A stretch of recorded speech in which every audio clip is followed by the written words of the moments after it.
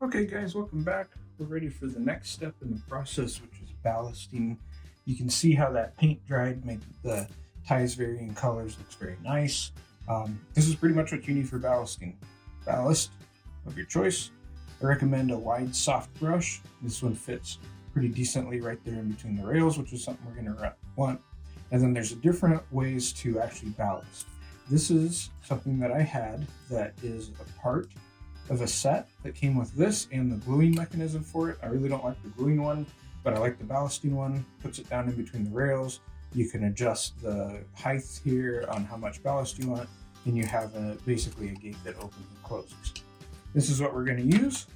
There's some 3D printed versions out there. If any of you guys ever want to try one of those, let me know. I have a 3D printer, so I'd be happy to print that and give that a shot just out of curiosity. We're going to put some ballast in here and run the ballast, and I'll show you what to do for the steps. Be careful when you pour. Make sure your gate's closed too when you do this. It's good enough to start with. We'll set that off to the side. And then we're going to back this up to over here, right where we're going to start our ballast at. Open, and you just pull it like this.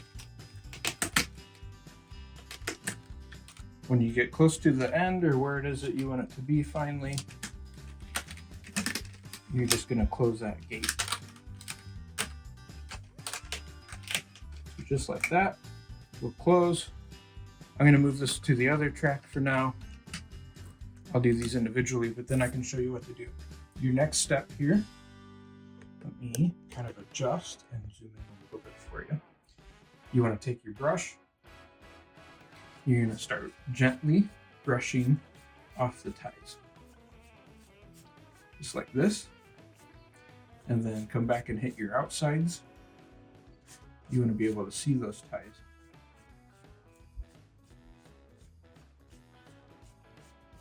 Okay. We're only going to do it to this section right now just to save time in the video. If you go a little too far, no big deal. It also works out easy if you kind of turn the brush sideways. I am touching the ties. I'm just not pushing hard at all. I'm letting basically the brush's own weight take care of itself. Now what you want to do is start tapping. You go along and tap. And the reason for that is it clears all those remaining rocks right off of the ties, and that's what you want. Nice, clean, no rocks on the ties, anything like that. And that's what you're going to do. So we're going to go ahead and take care of that all the way, and then I'll show you some detail steps we're going to do, especially when we get over here to the left, to kind of show how this is going to be a gravel road going into the grain elevator right there, probably over this one.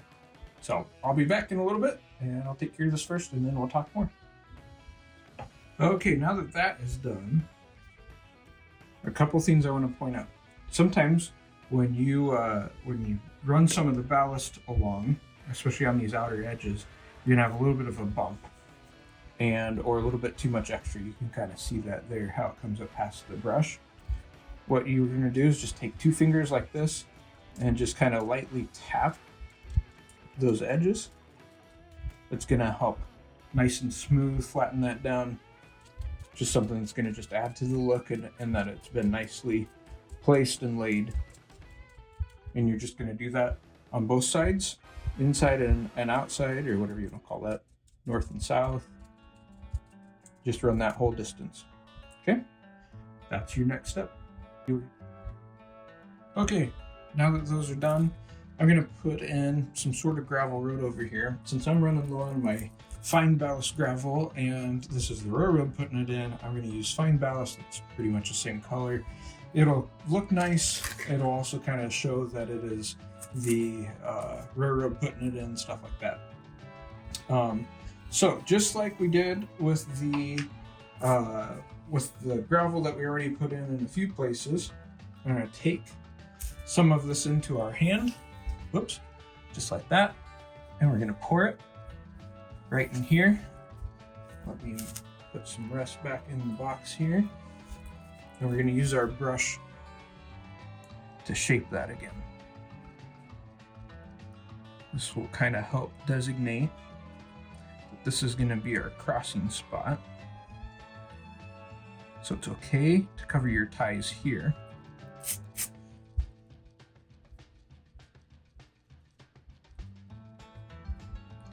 Like this. Kind of use your finger to shape that a little bit. And then what we're going to do is find either an old train car or a pair of trucks or something like that that's unused, which I happen to have for situations like this. You're going to take it like that, put it in here, run it back and forth a couple of times because you want to make sure that it starts getting those grooves in, and then we'll do that again once we glue it. So hold on to that. And that's how we're going to put in our gravel siding. So my camera's kind of in the way, so let me pause this so I can actually finish it, show you what it looks like when it's finished. Okay, there we have it.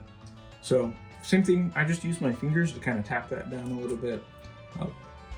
Use the wheel set, the truck set as well to run over that. And I put a little bit of pressure on that with my finger when I do that. That way it kind of helps push that down. And then we're going to glue that. That's going to be the next step. And I will show you how to do that next. Okay guys, this is how we're going to make our own Scenic glue. Highly recommend you do this. You're going to go through a lot of it. And this is a really cost-effective way to doing it. Total cost to me was about $8. This is Mod Podge. You can find this down at your craft stores, at Walmart, in the craft section, anything like that. Make sure you get the matte version.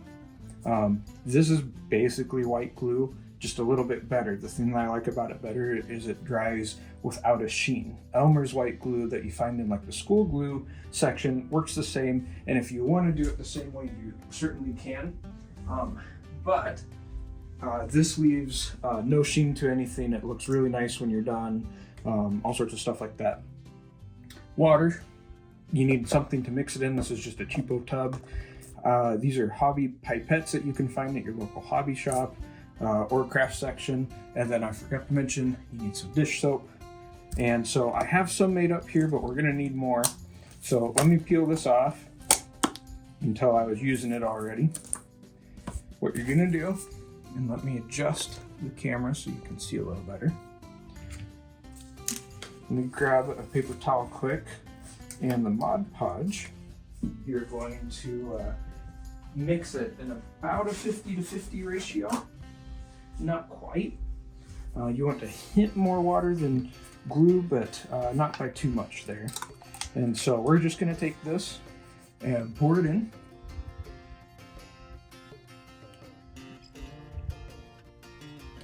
Like this. I've done this enough times that I can kind of tell what the mix is. This is what I did on my old layout, man, does it save money. Take your water, and nice and gentle, you're going to pour in some more of that. There you go. And then you want to add a couple drops of dishwashing soap. The reason behind that is the soap will break the tension of the water. So when you go to drop this into the rocks, it's not going to be a problem. It's going to go right through the edges of the rocks and soak down like we want it to. Okay, put your lid back on. I usually grab the paper towel and put the paper towel around it just in case the edges leak. Just like this. And you just want to start shaking. Shake, stir, however you want. You just want this to mix up really nice. The paper towel will keep, if anything does leak around the edges, it'll keep it from getting all over you or the layout or anything like that. And there you have it. So now, let me get the paper towel out of the way. We're just going to leave that sit on the paper towel. Make sure you guys can see that. And we're going to take our pipette, squeeze it, pick it up, just like this. Now, let me zoom in a little bit so you guys can see what we're going to do. You're going to drop right in between, like this. Doing a couple drops in between the ties, and then on the outer edge. It's okay. You see that it gets up on the ties, that happens. That's okay. We're just gonna fix that with a toothpick here in a second. And this is what you wanna do. And you're gonna look to make sure that it is coating all the way out to the edge of your ballast. And as you add your drops in, whoops, so old piece of glue right there. And as you add your drops in, you'll notice that your ballast will start to turn this kind of like pasty, I guess is a good way to call it. You'll have this kind of like pasty color in there. And you're just going to run the entire length of everything you ballasted and do this. It is time consuming. Oh boy. And that's okay. That's a normal thing that it's time consuming. But you want it to be done well and look nice, and that takes time. So let me show you real quick before I end that and do the rest of the gluing myself. Grab your toothpick, and everywhere where the rocks went back up onto the ties, just push them back over. You can do this with your finger if you want, but all the rocks are going to stick to your finger, so that's up to you. Kind of push it back over. This gives you some time to shape it, and then keep on moving. I'm going to go ahead, glue the rest of this. When I get back over to the section that we did over here with the gravel, I'll refilm that for you so that way you can see what it looks like, and we'll go from there. Okay guys, the track is glued. We're going to work on this spot next. One thing that I forgot to tell you that is just a notable point that might help you is I always recommend when you're ballasting your track, start from right outside the edge of your ties, go a little bit of a distance first, and then go back down the middle. You'll have a little bit easier time getting that glue to spread into the ties like it should. And apparently I missed some spots here when I was cleaning ties. Okay, so now we're gonna do this. What I highly recommend is start at your edges. Make sure I'm on camera here. You're just gonna put it down just like you would normally. And kind of the same thing here, since we haven't ballasted or glued the ballast in this section of the ties yet. You notice I had to switch pipettes because I accidentally clogged my other one and it quit working. And then just very gentle, nice and gentle into the edges. The reason that you start at the edges like this is because as this glue thins out, and you can see that here is a little bit better example, it will spread, and it will spread under the edges, and you'll start to see like this turn a little bit darker gray here and here. And that means that when you drop this on, it's not going to just ball itself up, and you won't have these weird patterns in your rocks as you do it. So you can see I gave that a little bit of time. Now I'm going to come in just like this. We're going to put it right over the top, let it soak in, and then I'm going to go ahead and run some down the middle of the ties here just to be on the safe side. I know I did this, but it's never a bad idea to just re-hit it again. All right, same thing here. Nice and gentle right down the middle. You can see how slow I'm going on that because I don't want it to spread too much. I don't want it to go and hit against the rails. So we're gonna let it just kind of gently soak in right there, and then we'll come back to it. So same with here, you can see I'm starting to give it a little bit more.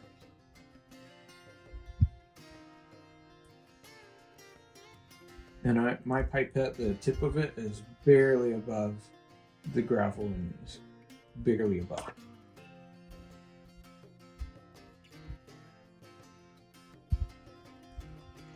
Otherwise you get these divots, and you can see there's a couple here. That's no big deal. If that happens, we'll fix it. All right, let's add a little bit more in here, just like before. I think I'm gonna add some to the edges right here. Let that kind of start to soak up its way towards the rails, and then come back in here. I already did all of the gravel areas around here. And it's the same thing, just run in lines basically and let it spread out.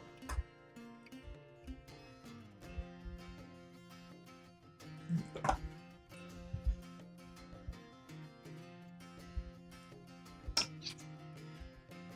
starting to get that in here now.